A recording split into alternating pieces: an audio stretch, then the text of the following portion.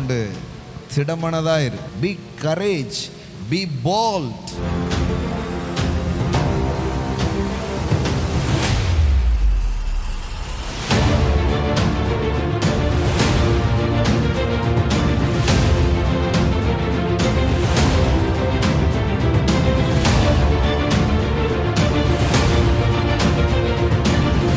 திறமசாலி உலகத்தில் ஜெயிக்க மாட்டான், தைரியசாலி தான் ஜெயிப்பான்.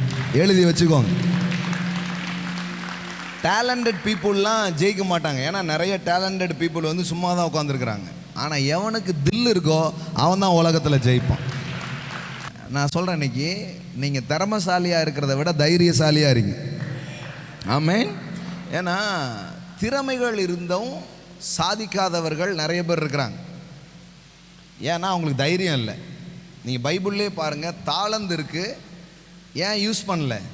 பயந்தபடியினால் அதை என்ன பண்ணேன்? புதைத்து வைத்தேன் அப்படின்றான். எல்லாம் சொல்லுங்கள். பயம் புதைக்க வைக்கும், தைரியம் புதஞ்சதையும் தோண்டி எடுத்து வெளியில் கொண்டு வரும்.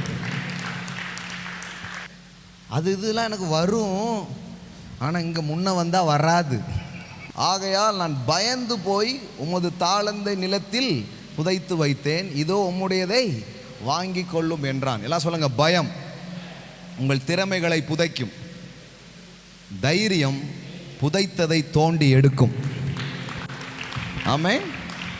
100 காரியம்லாம் இல்லை, ஒரு தாட்ஸ் உள்ள இறங்கிட்டாலே போதும். அதனால் திறமைசாலியாக இருக்கிறத விட எப்படி இருக்கணும்? திறமை நல்லது தான், ஆனால் திறமையை விட எது முக்கியம்? தைரியம். எல்லாம் சொல்லுங்க. போல்ட்னஸ். தைரியம்சாலிகள் பயந்துட்டே இருக்கக்கூடாது. பயம் வந்து உங்கள் பொட்டென்ஷியலை வந்து லாக் பண்ணும், தைரியம் வந்து உங்கள் பொட்டென்ஷியலை அன்லாக் பண்ணும். ஆமென். அதனால தான் ஆண்டவர் வந்து ஜோஷுவாட்ட சொல்கிறாரு, பலம் கொண்டு திடமனதாயிரு. ஆமென். பி கரேஜ், பி போல்ட் அப்படின்ற. ஆமென்.